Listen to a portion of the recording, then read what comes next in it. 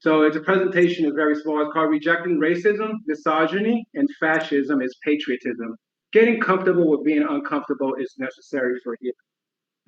As you heard earlier, my name is Coach Julio. I'm a proud first-generation Dominican American. I'm an NSCA recognized certified personal trainer with distinction in the industry since 2006. I'm a small business owner, and I'm a passionate advocate for health equity, equality, and social justice. The elephant in the room is that more and more individuals are now tolerating hate, misogyny, and fascism, including in my own family, friends, and professional network.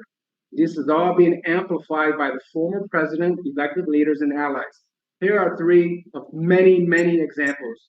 Secondly, there is a clear connection between banning DEI initiative, whitewashing slavery, book bans, voter suppression, criminalizing women's health care, normalization of hate speech, catch my breath, and denying the existence of systemic inequities. Privilege is when you think something is not a problem because you aren't affected personally.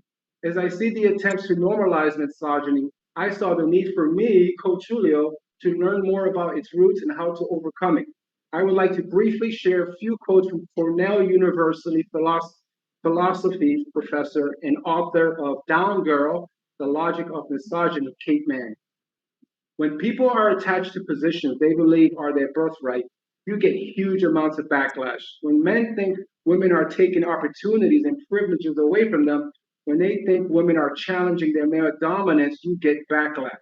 But we have to deal with that. Women cannot and should not internalize patriarchal values and give and give and give until we're nothing. What would need to change is for men in positions of power to accept that women can surpass them without having wronged them.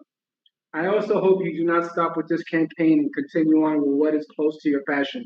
There are countless ways to make a difference in your community, from addressing food insecurity and homelessness to combating racism, gun violence, and more. Every action counts. I am looking forward to listening and learning from each speaker.